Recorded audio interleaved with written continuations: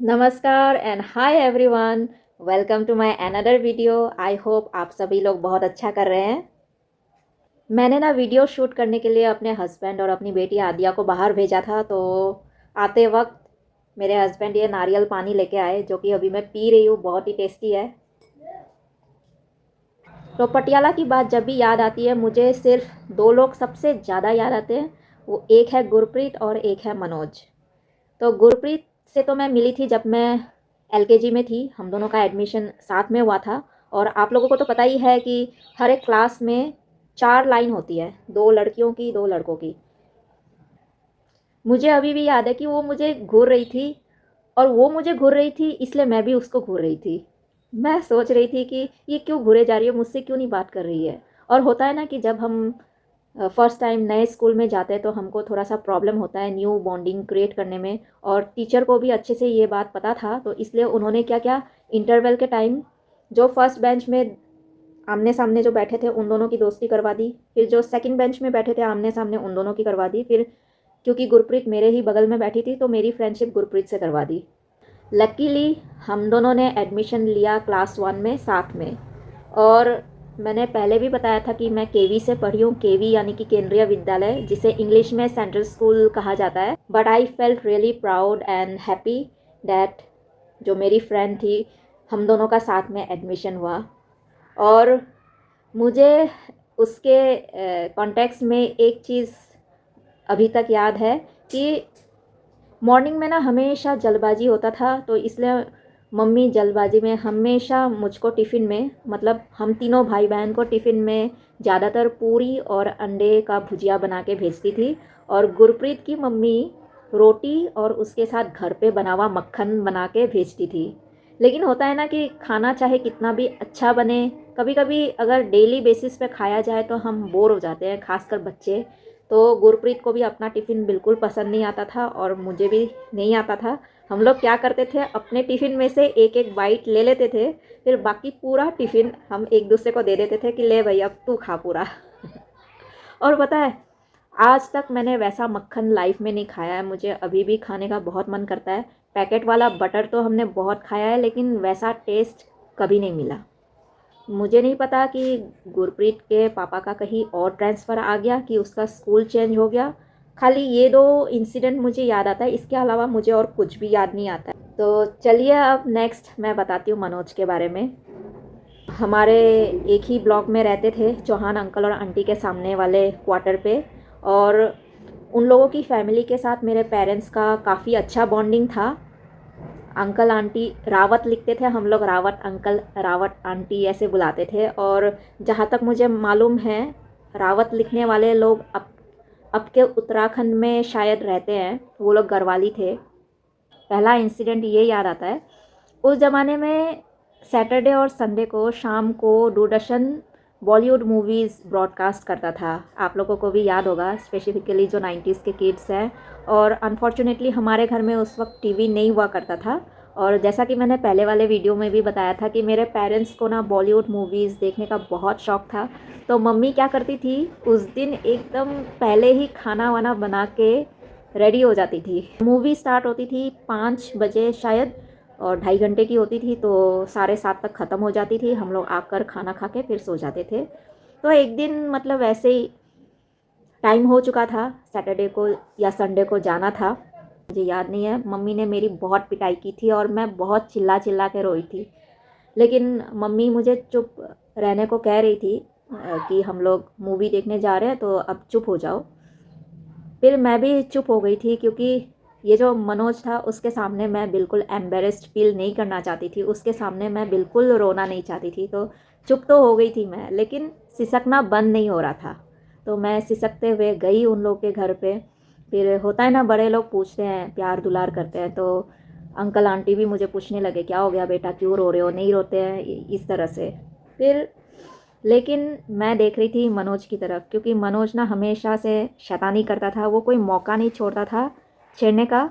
और आप लोगों को पता चल जाएगा आगे जब मैं उसके बारे में बताऊंगी। पहली बार उसकी आंखों में ना मैंने सिंपैथी देखा अपने लिए।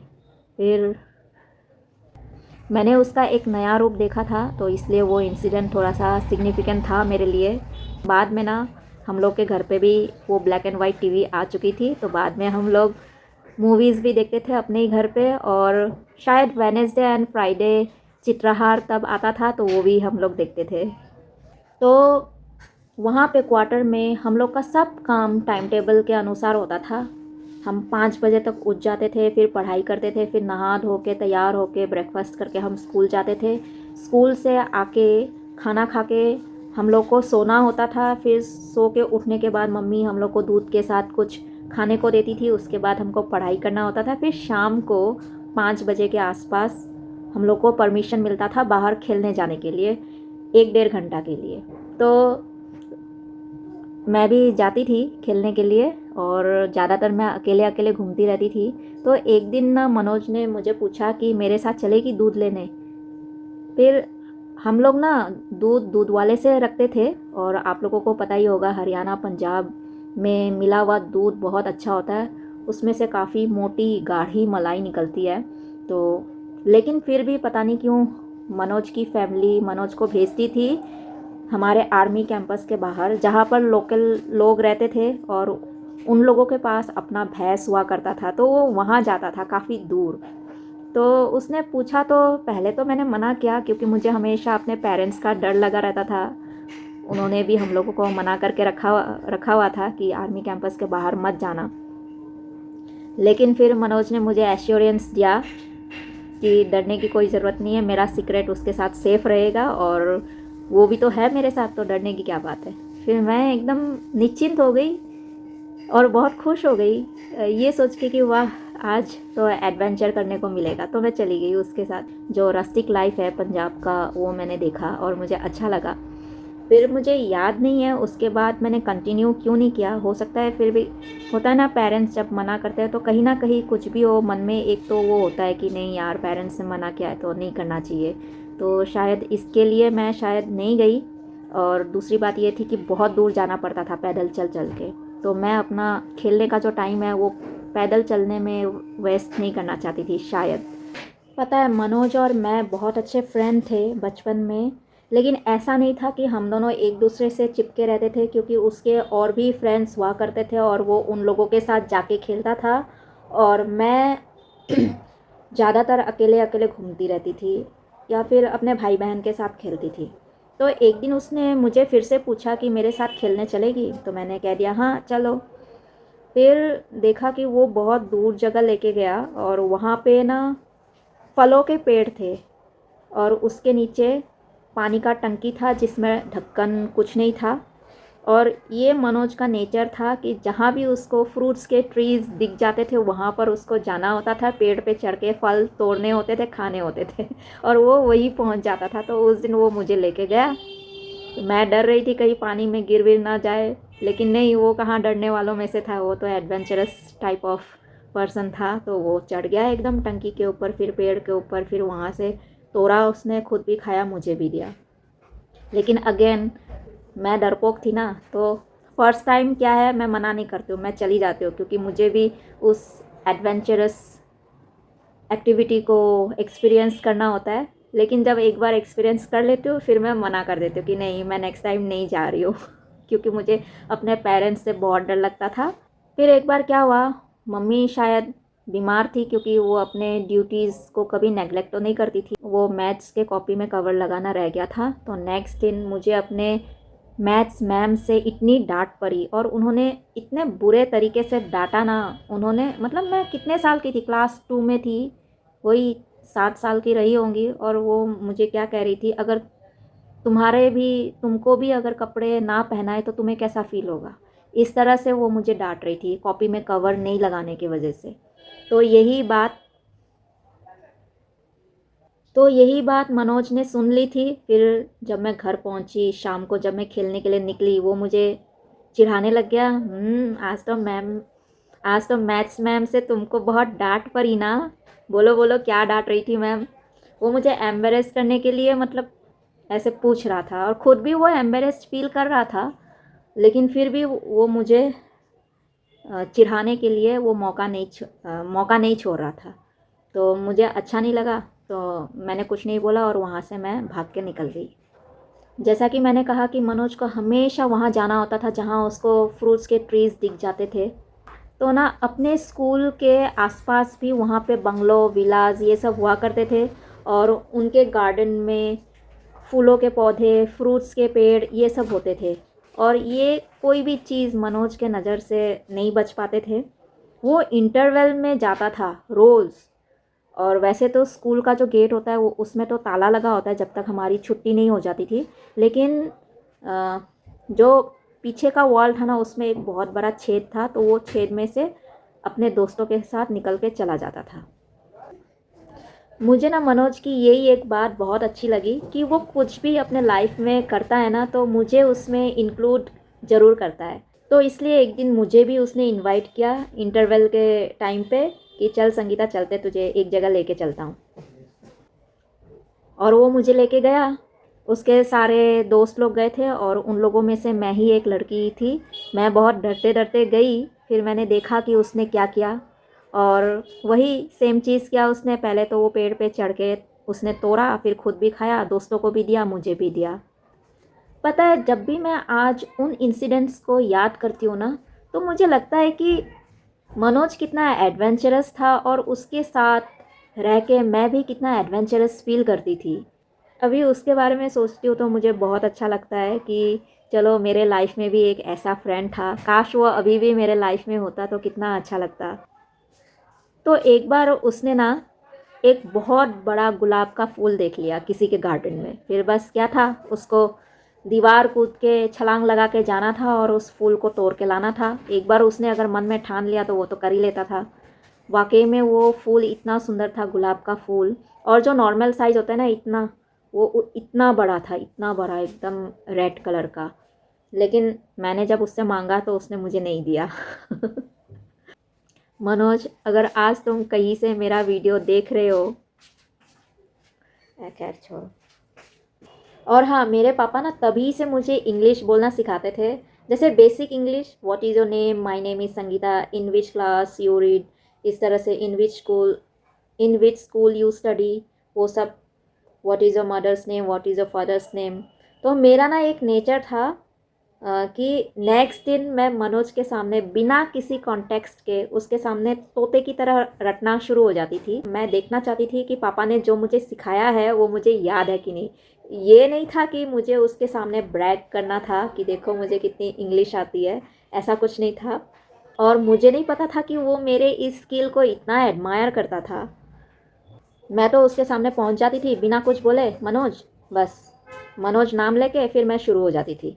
फिर बहुत दिनों बाद एक दिन उसने ना अपने दोस्तों के सामने मेरी बहुत तारीफ़ की कि पता है इसके पापा ना इसको बहुत इंग्लिश सिखाते हैं और इसको बहुत इंग्लिश बोलना आता है। वो जिस तरह से बोलता था ना आज भी मुझे याद आता है तो बहुत हंसी आती है।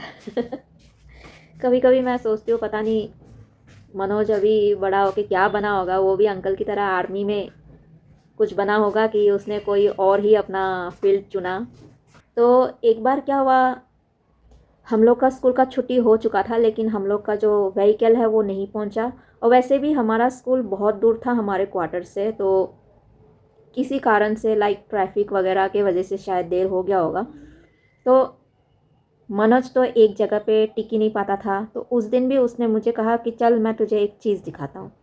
तो हम लोग का जो स्कूल का जो बाउंड्री वॉल था उसके बाहर थोड़ा सा जंगल टाइप का भी था एक साइड में, और वहाँ पे वही फ्रूट्स के बहुत सारे पेड़ थे, उनमें से आम के भी बहुत सारे पेड़ थे। तो आम एकदम गिर जाते थे, गिर के सड़ जाते थे और उसकी जो गुठलियाँ होती थी वो मिट्टी में अपने आप दब जाती थी और उसमें से नए नए कोपले निकलते थे। तो उसने क्या किया, उनमें से एक कोपले को उखाड़ लिया गुठली के साथ।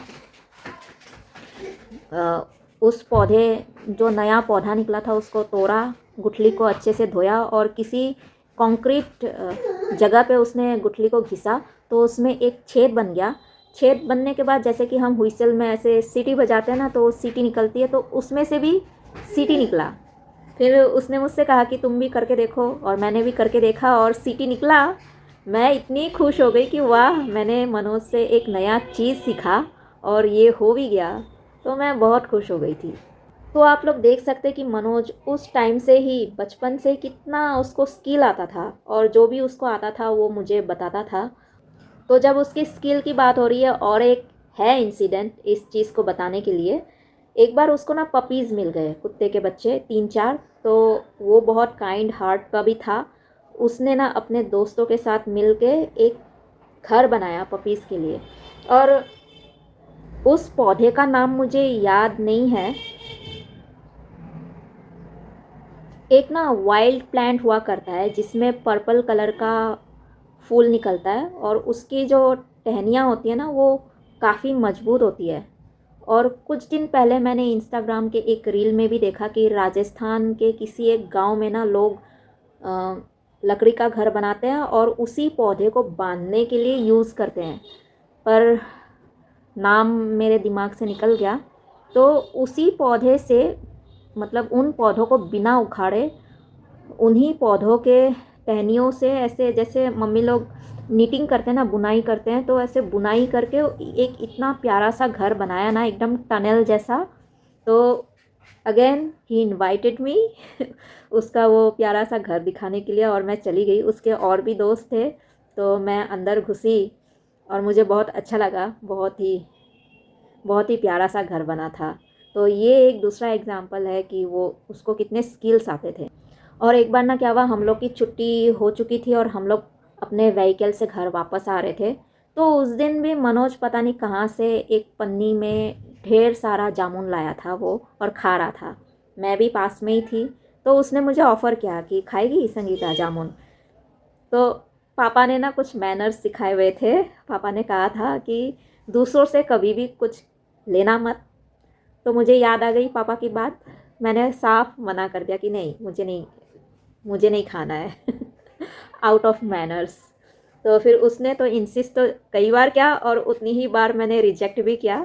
लेकिन उसके बगल में और एक दूसरी लड़की बैठी हुई थी, वो मांगने लग गई। लेकिन उसको उसने नहीं दिया। उसने क्या क्या, रुक देता हूँ तुझे, ऐसे करके खाया। खा के उसका जो गुठली था वो उस लड़की के मुंह पे मार दिया। मुझे ये देखकर बिल्कुल अच्छा तो नहीं लगा कि उसको ऐसा नहीं करना चाहिए था। लेकिन एनीवेज, ये यही दिखाता है कि उसके दिल में मेरे लिए कितनी रेस्पेक्ट थी, कितना एक प्यार था। किसी कारण से मनोज और उसकी फैमिली को क्वार्टर छोड़ के जाना पड़ा, आर्मी कैंपस के बाहर। लेकिन उसके बाद भी मनोज हमारे एरिया में आता रहता था, अपने दोस्तों से मिलता था, मुझसे भी मिलता था। तो एक बार ना क्या हुआ, समर सीज़न था, बहुत गर्मी थी, और मैं भी तो बच्ची ही थी। तो तब गर्मी के वजह से मैंने एक कैसे बोलूँ, एक पैंटी के अलावा कुछ नहीं पहना था। और मैं मम्मी के साथ बरामदे में बैठी हुई थी। मम्मी कुछ कर रही थी और मैं चुपचाप बैठ के देख रही थी। तभी मनोज आ गया। मम्मी ने तो मनोज को पहले वाले रूम पे बैठने को कहा, लेकिन वो मेरा इंतज़ार कर रहा था। तो मम्मी भी मुझे इंसिस्ट करने लगी कि मनोज तेरा वेट कर रहा है, जा जाके बात क्यों नहीं करती। मैंने मम्मी से कहा कि मैंने तो अच्छे से कोई ड्रेस नहीं पहना है, मैं नहीं जाऊंगी। लेकिन मैं तो बच्ची थी। तो मम्मी भी गुस्सा हो गई, अरे क्या इतना शर्मा रही है, इतनी छोटी सी बच्ची है, जा तू जा। ऐसे करके मम्मी ने उल्टा मुझे डांटा। फिर मैं इतनी शर्मा शर्मा के गई ना उसके सामने मतलब एकदम सर झुकाए हुए, आंखें झुकाए हुए, ऐसे किसी तरह से धीरे धीरे चल के गई। पर so nice of you Manoj, कि उसी उम्र में तुम्हारे अंदर काफ़ी अंडरस्टैंडिंग थी। तुम समझ गए कि मैं अनकंफर्टेबल फील कर रही थी, और फिर तुमने मुझसे ज़्यादा बात नहीं की, और सीधा मेरी मम्मी से कहा कि आंटी मैं चलता हूँ, और ऐसे करके तुम निकल गए। इस तरह से मनोज निकल गया वो घर से। फिर मैंने मन में सोचा थैंक गॉड चला गया अरे सच में, मैं तो उस वक्त 7 साल की थी और वो 10-11 साल का रहा होगा। 10-11-12, मतलब 4-5 साल बड़ा था वो मुझसे। लेकिन उसका आने का सिलसिला जारी था। तो एक बार ना वो कहीं से बहुत सारे पलाश का फूल लेके आया। पलाश का फूल पता है ना, वो रेड कलर का। अगर आप लोगों को नहीं पता है तो मैं यहाँ पे फ़ोटो लगा दूँगी। हम लोग ना बचपन में उन फूलों की पंखुड़ियों को नाखून में लगाते थे, इतना लंबा लंबा नाखून हो जाता था, और हम लोग खेलते थे राक्षस राक्षस। तो वो लेके आया और मेरी मम्मी से बोला कि आंटी इसका ना शरबत बना दो। तो पहली बार पता लगा कि उन फूलों का भी शरबत बनता है, तो उसने मेरी मम्मी को बताया कैसे कैसे बनाना है, और मेरी मम्मी ने बनाया, फिर बना के उसको पिलाया, फिर वो चला गया। और तब ना केवी में सैटरडे को वाइट यूनिफॉर्म पहनने का नियम हुआ करता था। तो एक बार मनोज ने मुझे इनवाइट किया सैटरडे को, ये सोच के कि उस दिन तो हाफ डे होता है। तो उसने सोचा वो मुझे अपने घर ले जाएगा, मेरे साथ लंच करेगा। अगेन मैं डर गई, मैंने मना कर दिया कि नहीं नहीं मुझे नहीं जाना है, मेरे पेरेंट्स को नहीं पता है, पापा मम्मी को नहीं पता है। लेकिन फिर से उसने मुझे कन्विंस किया, अरे मैं तुझे अपने साइकिल पे बिठा के ले जाऊँगा ना, और तुझे घर तक छोड़ दूँगा, फिर डरने की क्या बात है, और वैसे भी आज हाफ डे है तो कोई बात नहीं। मैं भी फिर कन्विंस्ड हो गई और मैं चली गई उसके साइकिल में बैठ के। और जब से उन लोगों की फैमिली वो आर्मी कैंपस के बाहर गई ना, तो मनोज साइकिल से ही आना जाना करता था अपने स्कूल में। तो उस दिन भी वो मुझे लेके गया साइकिल से। आंटी तो इतनी खुश हो गई ना मुझे देख के, उन्होंने बड़े प्यार से खाना खिलाया, और मुझे आज भी याद है उन्होंने अंडे का करी बनाया था। और जहाँ तक मुझे याद है कि मनोज विनोद सिर्फ 2 भाई हुआ करते थे, पर उस दिन मैंने उन लोग के घर में एक दीदी को भी देखा, पता नहीं वो कौन थी, कज़िन थी कि क्या थी। तो उन्होंने भी बड़े प्यार से मुझे खाना परोस के दिया था, तो मुझे अभी भी याद है। तो खा के मैं आराम से अपने घर आ गई मनोज के साथ। और उस दिन जैसा कि मैंने बताया ना, वाइट ड्रेस था सैटरडे को, और सैटरडे को एक्स्ट्रा करिकुलर एक्टिविटीज़ भी हुआ करती थी। तो उस दिन हमारे स्कूल में पेंटिंग का था कुछ, तो मैंने अपना सारा यूनिफॉर्म गंदा कर दिया था। तो मनोज तो मुझे छोड़ने आया, और उसने मेरे डिफेंस में मम्मी को बोला भी कि आंटी मैं ही इसको लेके गया था।